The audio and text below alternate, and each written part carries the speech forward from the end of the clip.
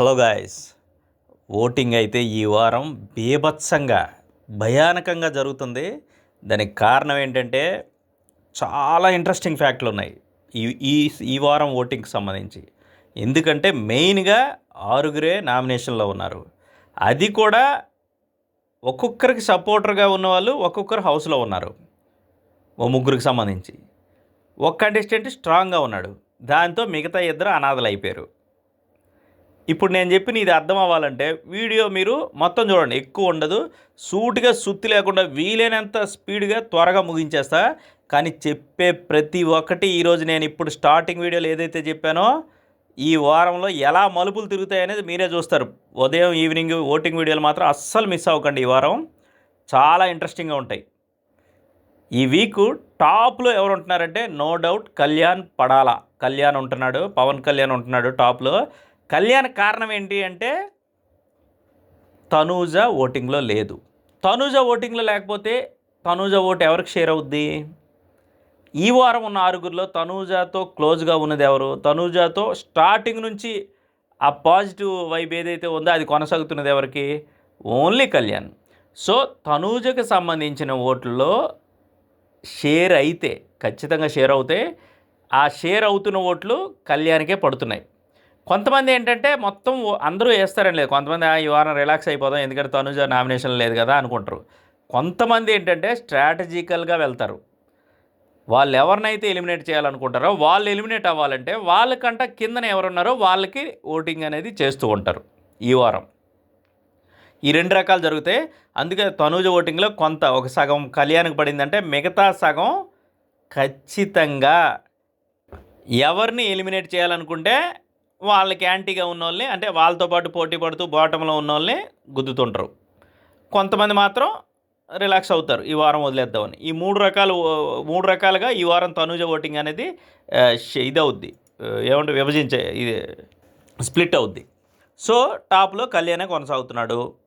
కళ్యాణ్కి ఎమానియల్కి చూసుకున్న దగ్గరగా 10% ఓటింగ్ తేడా ఉంటుందంటే నమ్మండి. ఒక 8 నుంచి 9% ఓటింగ్ తేడా ఉంటుంది. కళ్యాణ్ టాప్ పొజిషన్లో 29 to 31% మధ్యలో ఓటింగ్తో ఉన్నాడు. అసలు ఇప్పటి వరకు ఇది లాస్ట్ 5-6 వీక్స్గా చూసుకుంటే ఈ స్థాయి ఓటింగ్ ఎవరికి లేదు. ఆ కళ్యాణ్కి ఒక 23-22 ఉంటే తనుజగా 27-26 లోపే ఉంటుంది. అలాంటిది ఈ వారం ఏకంగా 30కి క్రాస్ అయ్యాడు కళ్యాణ్. దానికి కారణం తనుజ లేకపోవడం. తనుజ ఓటింగ్ ఆయనకి చాలా ఎక్కువ షేర్ అవుతుంది. ప్లస్ కళ్యాణ్కి కూడా మంచి ఓటు బ్యాంక్ ఉంది. ఒక 22-23% వరకు లాస్ట్ వీక్ వచ్చాడు ఆయన. కాబట్టి టాప్ పొజిషన్లో 100% ఈ వీక్ సేవ్ అయిపోయే వాళ్ళు కళ్యాణ్ ఉంటాడు, నో డౌట్. ఇక సెకండ్ పొజిషన్లో ఇమానియల్ కొనసాగుతున్నాడు. నేను ముందే చెప్పా కదా, ఇమానియల్కి సంబంధించి అతను ఓటు బ్యాంక్ ఏదైతే ఉందో అది బాగా తగ్గింది. అయినా సరే ఈ వారం అతనికి డోకా లేదు.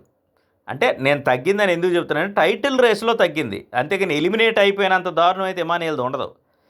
ఆయన పడుతున్న శ్రమకి ఇప్పుడున్న కంటెస్టెంట్లో one of the top contestant ఇతనే. కంటెంట్ ఇవ్వడంలో, హౌస్లో కంటెంట్ ఇవ్వడం కానీ, హౌస్ హార్మోనీని మొత్తాన్ని ఒక ఆహ్లాదకరంగా ఉంచడం కానీ, టాస్కులు ఇస్తే బీభత్సంగా ఫైట్ చేయడం కానీ, ఇలాంటి కంటెస్టెంట్ ఇమానియలే.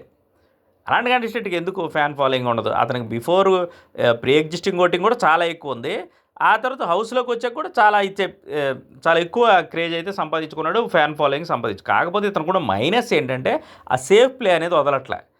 ఎంతసేపు సేఫ్గా రీజన్లు చెప్తాడు తప్ప టపా టప్ అనేది చెప్పడు. ఏదో చెప్పాను కదా, కర్ర విరగకూడదు పాము చావకూడదు అన్నట్టు ఉంటుంది. నిన్న రీతు విషయంలో చూసుకోండి, ఎందుకు అంత దీనిగా చెప్పాలి? డైరెక్ట్గా అమ్మా నువ్వు డిజాస్టర్ సంచాలకు ఈ సీజన్ కానీ ఒక పాయింట్ చెప్పి డైరెక్ట్గా నామినేట్ చేస్తే ఆ పిల్ల కూడా మూసుకుని ఉంటుంది. కానీ నువ్వు ఎక్కడో తగ్గావు అనుకుంటున్నావు, ఎక్కడో ఇది అనుకుంటున్నావు, ఎక్కడో కొంచెం కన్ఫ్యూజ్ అవుతున్నాయి, అంత అంటే మొత్తం ఏంటంటే పాలిష్డ్గా చెప్తాడు. అదే ఇమానియల్కి మైనస్. అయితే ఇంత 10 వారాల తర్వాత నామినేషన్లో రాకుండా ఇప్పుడు వచ్చినా ఈ స్థాయి ఓటింగ్ పడుతుందంటే గ్రేటే అతనికి, ఇమానియల్కి. చెప్తానగా 20-21% వరకు ఓటింగ్ పడుతుంది అతనికి, ఇమానియల్కి. సెకండ్ ప్లేస్లో ఉంటున్నాడు, 100% సేఫ్. ఇక థర్డ్ ప్లేస్లో ఎవరు ఉంటున్నారంటే భరణి. మీరు ఆశ్చర్యపోవచ్చు, భరణి థర్డ్ ప్లేస్ ఏంటని. భరణికి ఎందుకు థర్డ్ ప్లేస్లో ఉంటున్నాడంటే, నేను ఇంతకుముందు చెప్పాను కదా, కళ్యాణ్కి సంబంధించి 3 ఇక్కడ ఈ వీక్ ఉన్న వాళ్ళకి సంబంధించిన వాళ్ళు హౌస్లో ఉన్నారని. కళ్యాణ్కి సంబంధించి తనూజ ఎలాగో భరణికి సంబంధించి సుమన్ శెట్టి అలాగా. సుమన్ శెట్టి భరణి బాండింగ్ని ఎవరు కాదనలేదు. ఎందుకంటే మొదటి నుంచి హౌస్లోకి ఎంట్రీ ఇచ్చిన రోజు నుంచి ఆయన మళ్ళీ ఎగ్జిట్ అయ్యి మళ్ళీ వచ్చిన తర్వాత కూడా అదే కంటిన్యూ అవుతూ ఆ బాండింగ్ అనేది ఎక్కడ వీళ్ళిద్దరి మధ్య చిన్న డిస్ప్యూట్స్ కూడా రాకుండా కొనసాగుతుంది. అందుకని ఖచ్చితంగా సుమన్ శెట్టి వీక్ నామినేషన్లో లేడు కాబట్టి అతని ఓటింగ్ భరణికి షేర్ అవుతుంది. సింపుల్, 100% షేర్ అవుద్ది. కొద్దిగా 1%, 2% దివ్యాకి షేర్ అయితే అవుతుంది. సుమన్ శెట్టికి దివ్యాకి కూడా మంచి బాండింగ్ ఉంది, కానీ ఎక్కువ అయితే భరణి వైపే వెళ్తుంది, దివ్య వైపు రాట్లా. ఈ వీక్ ఓటింగ్ చూస్తే అర్థమవుతుంది. సో భరణి థర్డ్ పొజిషన్లో ఉంటున్నాడు. భరణికి ఎంత ఓటింగ్ పడుతుంది అంటే 13 నుంచి 14% ఓటింగ్ అనేది పడుతుంది భరణికి. థర్డ్ ప్లేస్లో ఉన్నాడు. అంటే ఎక్కడ ఆయన 30%, ఎక్కడ 13%, అంటే దగ్గరగా డబల్ కంటే ఎక్కువ ఉంది ఫస్ట్ ప్లేస్కి థర్డ్ ప్లేస్కి. ఇక భరణి కూడా ఈ వారం నాకు తెలిసి ఇప్పుడున్న దీని ప్రకారం ఇంకా మారితే చెప్పలేం, కానీ తర్వాత మారిన దాన్ని బట్టి మాట్లాడుకుందాం. 100% సేఫ్ జోన్లో ఉన్నాడు భరణి. ఇక ఆ తర్వాత పొజిషన్లో డీమాన్ పవన్ ఉంటున్నాడు. డీమాన్ పవన్ ఎందుకు ఉంటున్నాడంటే డీమాన్ పవన్కి కూడా ఫిక్స్డ్గా ఒక 6 or 7% ఓటింగ్ అనేది ఉంది అతనికి కూడా. అంటే అతను ప్రీ ఎగ్జిస్టింగ్ ఓటింగ్ లేదు, కానీ హౌస్లోకి వచ్చిన తర్వాత సంపాదించుకున్న ఓటింగు. దానికి తోడు ఈ వీకు డీమాన్ పవను ఎందుకు ఇంత 11% ఓటింగ్ వరకు, ఒక 10 నుంచి 11% ఓటింగ్ డీమాన్ పవన్ పడుతుంది. ఎందుకు ఈ స్థాయిలో పడుతుందంటే ఈ వారం రీతూ చౌదరి నామినేషన్ లేదు. వాళ్ళిద్దరు కొట్టుకొని ఏమవని ఎంత డిస్ప్యూట్ రాని వాళ్ళిద్దరు ఒకటే ఉంటారు. నిన్న కూడా నామినేషన్లు అయిపోయిన తర్వాత ఇద్దరు హగ్గులు ఇచ్చుకున్నారు, ఇద్దరు కలిసిపోయారు, మళ్ళీ మొదలెడతారు.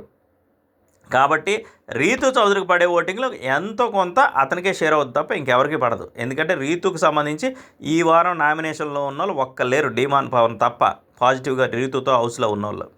సో ఆ ఓటింగ్ కొంత షేర్ అవుతుంది. దానివల్ల ఏమవుతుందంటే డీమాన్ పవన్ కూడా 10 నుంచి 11% ఓటింగ్తో అతను కూడా సేఫ్ జోన్లోనే ఉన్నాడు. కాకపోతే బాటమ్ 3లో ఉన్నాడు. టాప్ 3లో కళ్యాణ్, ఇమానియల్, భరణి ఉంటే బాటమ్ 3లో డీమాను, ఆ తర్వాత మిగిలిన ఇద్దరు ఉన్నారు. ఎవరు అనేది కూడా మాట్లాడుకుందాం. ఇక సంజన గల్రాని ఇప్పటివరకు చాలా సేఫ్ జోన్లో వచ్చింది, కానీ ఇప్పుడైతే ఈ వీక్ అయితే మాత్రం తీవ్రమైన గాండం ఎదుర్కొంటుంది. దివ్యకి సంజన తర్వాత ప్లేస్లో దివ్య ఉంది, దివ్య నిఖిత. దివ్యకి సంజనకి మధ్యలో జస్ట్ ఒక 1% తేడా తప్ప పెద్దగా లేదు. సంజన ఒక 7% ఓటింగ్తో ఉంటే దివ్య 6% ఓటింగ్తో ఉంది. అంటే వీళ్ళిద్దరి మధ్య 1%, ఇంకా ఆలోచిస్తే కొంచెం 6.2 ఇలాగ దివ్య ఉంటే సంజనాకి వీళ్ళిద్దరికి మధ్యన 1% కూడా లేదు, అంత తక్కువ తేడా ఉంది. ఈ వారం అసలు ఇది ఊహించింది కదా. ఎందుకంటే సంజన ఎందుకు డేంజర్ జోన్లోకి వచ్చిందో ఒకసారి ఆలోచించండి.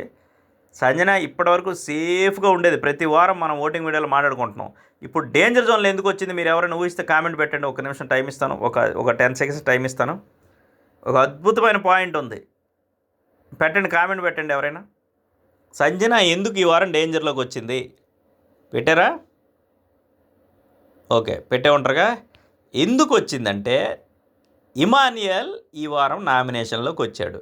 ఈ 10 వారాల నుంచి ఇమానియల్ నామినేషన్ లేడు. సంజనాకి ఇమానియల్కి ఫెవికాల్ బంధంలాగా ఉంది, మమ్మీ సన్ బాండింగ్. అందుకని ఇమానియల్ లేనప్పుడు అంతో ఇంతో షేర్ అయితే సంజనాకే షేర్ అవుతుంది ఆ ఓటింగ్. అందుకు ఆవిడ సేఫ్ జోన్లో హాయిగా వచ్చింది.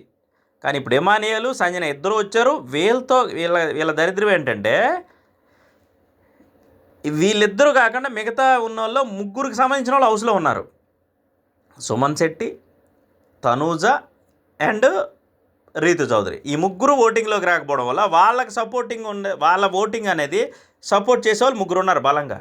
ఇంకా ఆప్షన్ ఎవరున్నారు? ఒకే ఒక్కరు, దివ్య నిఖిత తప్ప ఇంకెవరు లేరు. అందుకే దివ్య నిఖిత, సంజన, నువ్వా నేనన్నట్టు ఉన్నారు. దివ్య నిఖితకి ఎవరు ఓటింగ్ షేర్ అవ్వట్లేదు. అయితే సుమంత్ అవ్వాలి, కానీ భరణి ఉండవాలి, ఎక్కువ అటే పోతుంది.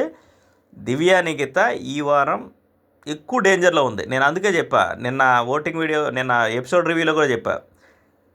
రీతు ఏదైతే మాస్టర్ ప్లాన్ వేసిందో, పాయింట్స్ లేకపోయినా సంజనాని దివ్యాని నామినేషన్లోకి తెచ్చింది ఏదైతే ఉందో అది సూపర్ స్కెచ్. ఆ స్కెచ్ ఈ వారం ఫలించబోతుంది.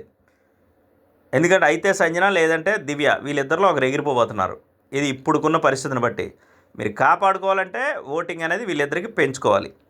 మీరు ఫ్యాన్స్ అయితే వీళ్ళకి పెంచారంటే పైన ఉన్న వాళ్ళకి ఇది అవుద్ది. అందుకని ఈ వారం మాత్రం అందరు ఫ్యాన్స్, ఒకలేని కాదు, ఒక్క ఓటు కూడా మిస్ చేయకుండా ప్రతిరోజు హాట్స్టార్లోకి వేయండి.